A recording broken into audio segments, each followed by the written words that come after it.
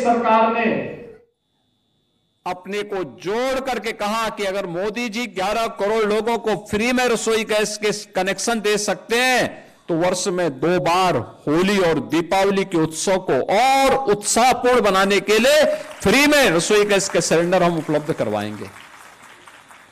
बहनों और भाइयों, यह कार्यक्रम उसी का हिस्सा है, उसी का हिस्सा है। इससे जो पैसे की बचत होगी, इससे आप अपने घर में बच्चों के लिए कुछ अन्य सामग्री खरीद सकते हैं, परिवार के लोगों के उत्साह को, आने वाले अतिथियों के उत्साह को और उमंगपूर्ण बना सकते हैं। और इसलिए राज्य सरकार उन सभी परिवारों के प्रति होली की और दीपावली की बधाई स्वरूप ये रसोई गैस के सिलेंडर उपलब्ध करवाने का कार्य करती है।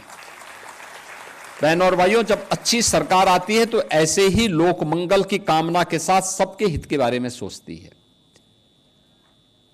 17 के पहले इस प्रदेश में परिवार से ऊपर सोची नहीं थी, केवल अपने परिवार के बारे में सोचता था। उपसेफई परिवार के अलावा दूसरों के पास कोई सोच ही नहीं था। घूम फिर करके सब वही चाचा भतीजा और महाभारत के सभी रिश्ते उसमें आते थे।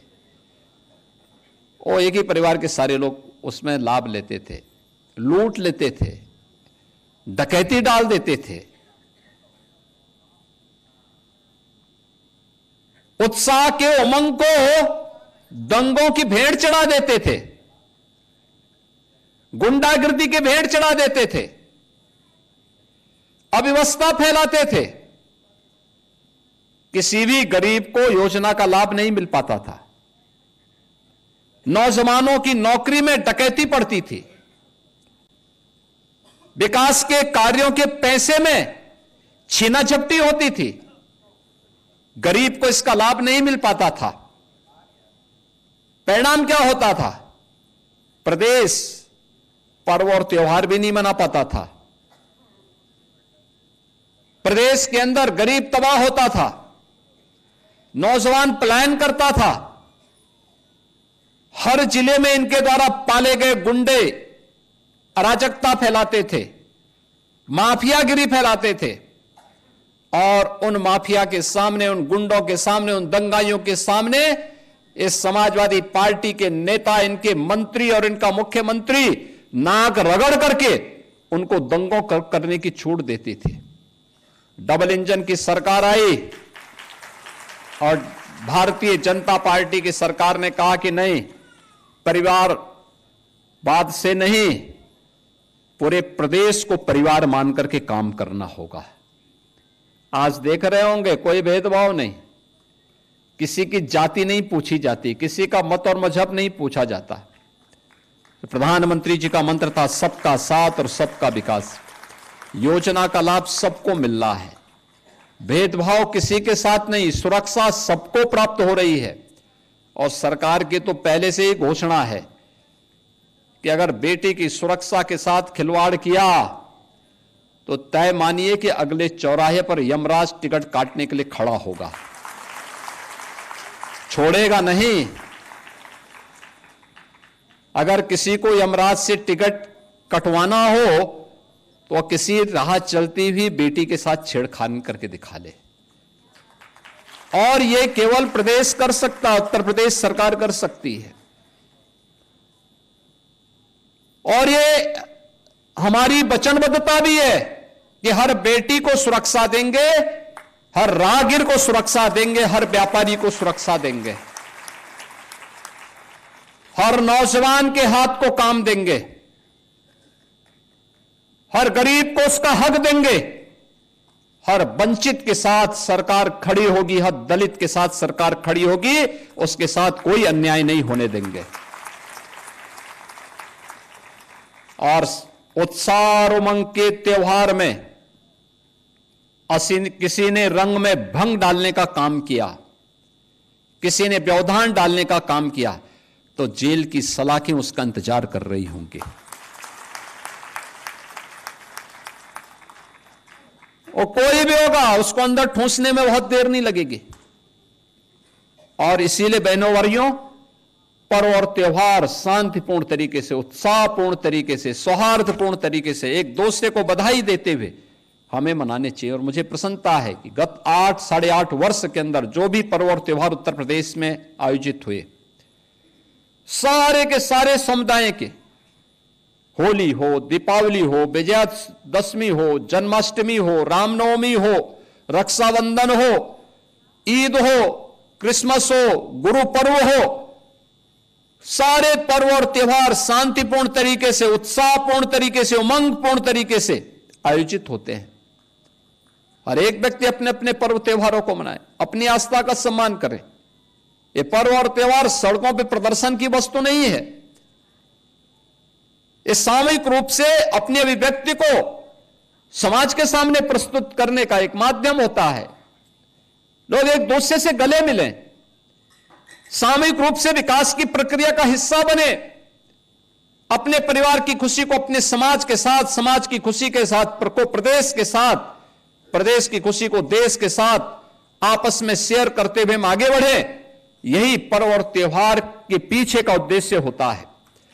अब वह भाव नहीं, अब ये वो सरकार नहीं है जो दंगाइयों के सामने घुटना टेकती हो।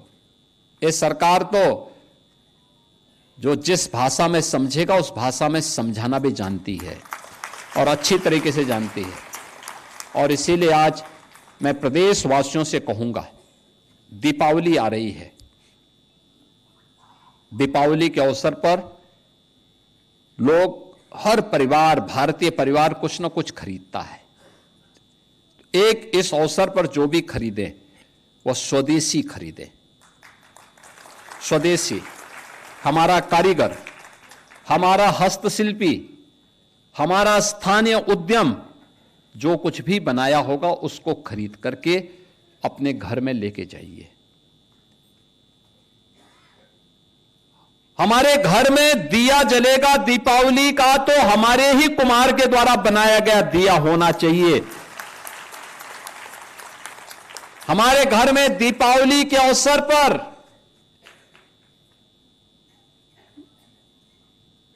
लक्ष्मी गणेश जी की जो मूर्ति बनेगी वह भी हमारे ही कारीगर के द्वारा बनाई जानी चाहिए, कहीं विदेश से नहीं आना चाहिए। वो हम किसी को उपहार भी दे रहे हैं, अपने हित मित्र को, शुभचिंतक को, नातेदार, रिश्तेदार को, वह भी स्वदेशी होना चाहिए, वह भी स्वदेशी होना चाहिए। और स्वदेशी ही आपको गिफ्ट भी देना चाहिए किसी भी आयोजन के अवसर पर। यह पैसा अगर मुनाफा जाएगा हमारे कारीगरों के हाथ में जाएगा, हस्तशिल्पियों के पास जाएगा, हमारे श्रमिकों के पास जाएगा, तो समृद्धि उनके पास भी आएगी। और समृद्धि उनके पास भी आएगी तो यह समृद्धि देश के काम आएगी, देश के काम आएगी। विकसित भारत बनेगा। विकसित भारत के लिए हम सबको सामूहिक रूप से प्रयास करना होगा। और दूसरा, पर्व और त्योहार में एक चीज का हमें और ध्यान देना होगा, और वह ये कि अगर हमने अपने परिवार की आवश्यकताओं की पूर्ति कर ली है तो थोड़ा सा उसमें से बचा करके किसी एक गरीब को जरूर कुछ सहायता करने के लिए तैयार होना चाहिए। आपकी बगल में, याद करिए ना, याद करिए, अंत्योदय के प्रणेता पंडित दीनदयाल उपाध्याय जी अपने जीवनी में एक बात लिखते हैं। उन्होंने कहा, एक आचार्य शंकर के बारे में उन्होंने इस बात को कहा था कि वे भिक्षाटन करते हुए देश के अंदर जब सनातन धर्म की मूल्यों और आदर्शों की स्थापना करने के लिए निकले थे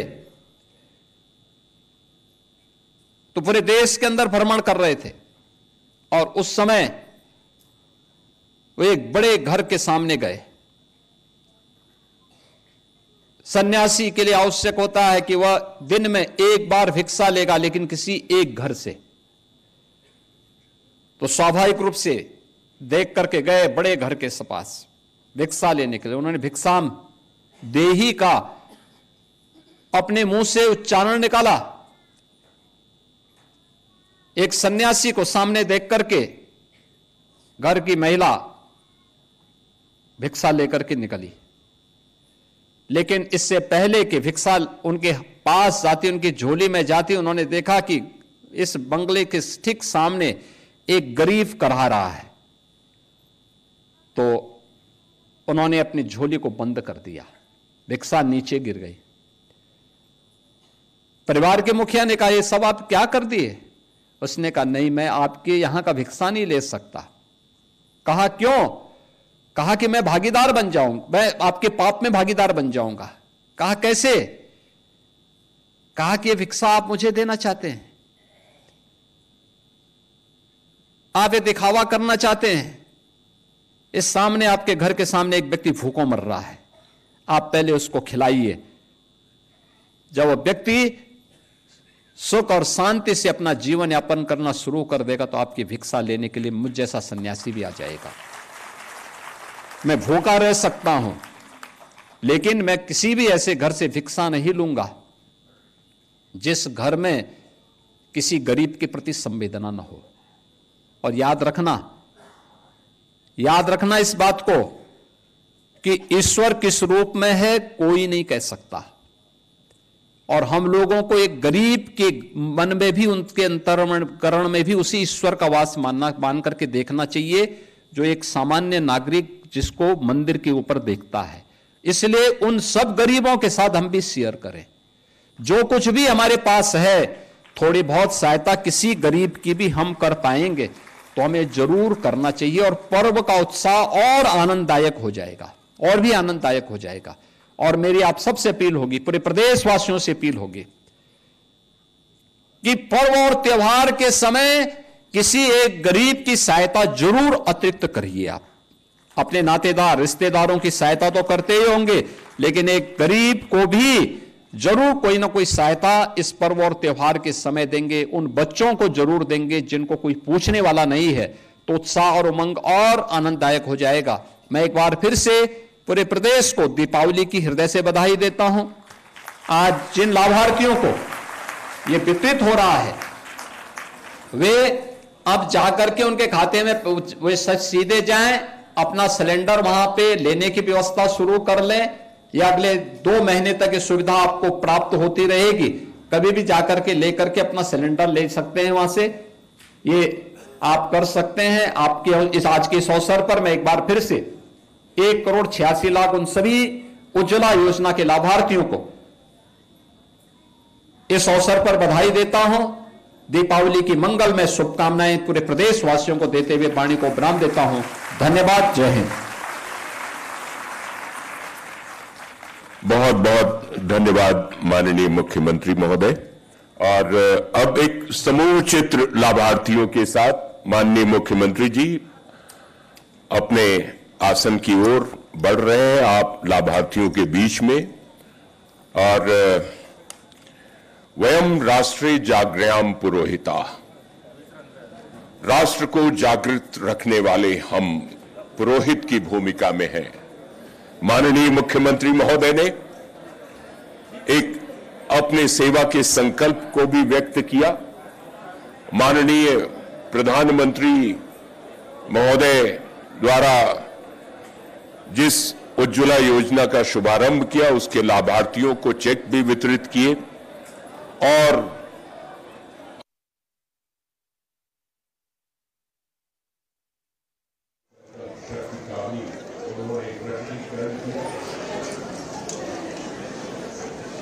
आप लोग अपने अपने चेक ऊपर कर सकते हैं, इससे आपके चित्र बहुत अच्छे आएंगे माननीय मुख्यमंत्री जी की संगत में।